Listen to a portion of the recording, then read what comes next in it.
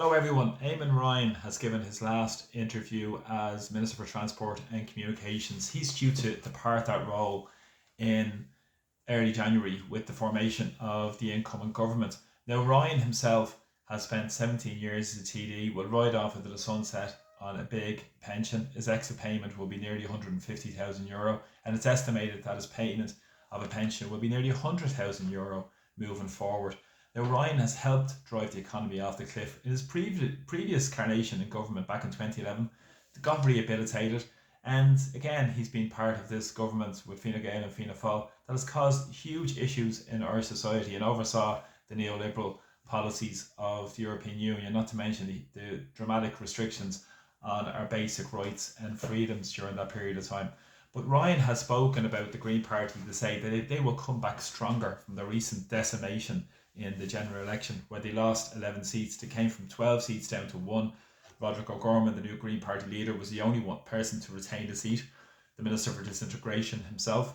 And also, you've seen the Green Party councillors being reduced to 25. They lost their members of the European Parliament with Kieran Cuff and Grace O'Sullivan, both losing their seats. But he said that they will come back stronger from this and they're in a great position to move forward. Now, how many times can the Green Party be rehabilitated? A party that has betrayed ordinary people, the working class people, both urban and rural, time and time again. Now, he also said that they have delivered on what they promised and that this delivery will continue. Wasn't that interesting what Ryan says? They deliver what they promised.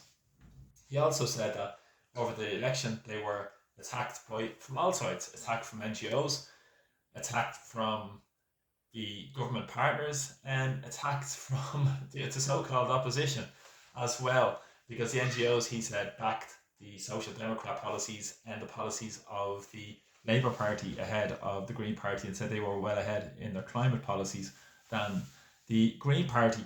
He also said that Ireland has turned from a climate laggard rather, to a climate leader. That's interesting because Ryan has done this at the behest of the big corporations. Ryan himself flew off to COP28 that was sponsored by Coca-Cola, one of the biggest polluters in the world. But Ryan won't tell you that. And then he also, as Minister for the Environment, he flew off to Brazil during the St. Patrick's Day junket to meet their Minister for the Environment. You think he could have done a Zoom call, but Ryan wouldn't do it because it's do as I say, not do as I do, coming from the Irish political elites who are going to ride off into the sunset on their massive public pensions. Ryan again brought forward the recycling scheme. We all know about that deposit return scheme and the scam and the profiteering that's been made from that. Ryan also brought forward the carbon tax, which is one of the most regressive taxes on ordinary people, both rural and urban, and has an impact of pushing food prices and costs up of doing business. That's Eamon Ryan for you. He's also given the electrical car subsidies to those who are better off rather than ordinary people.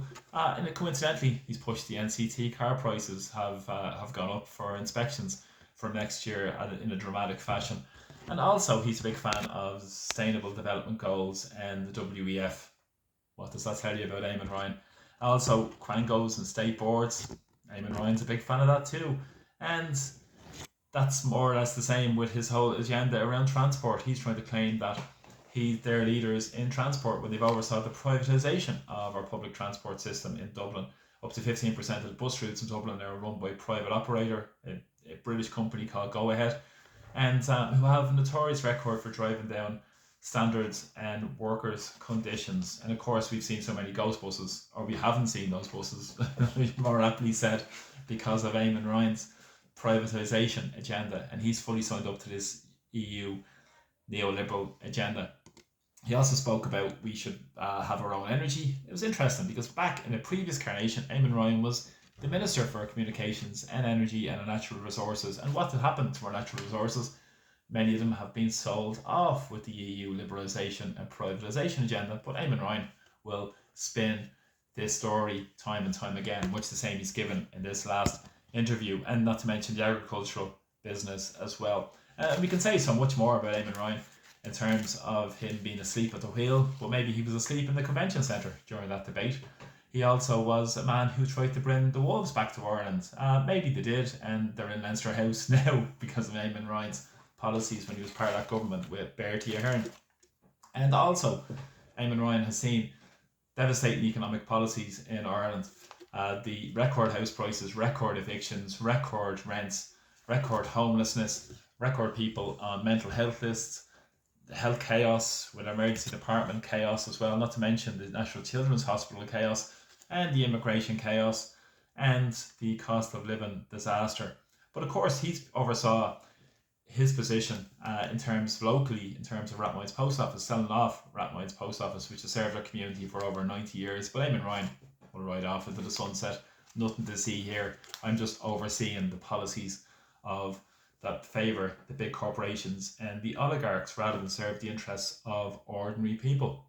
And he also, as the Green Party, had attacks on our basic rights through the Commission of Naman.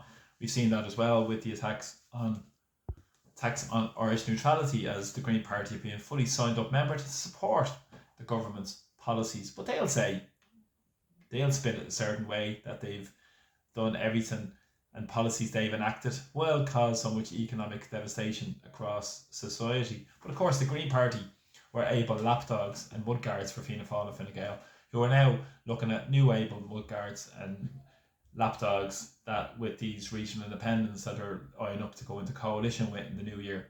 But of course, Eamon Ryan and his Green Party are an anti-working class party, don't have any working class base, and are a party of the establishment and the oligarchs and the neoliberal agenda.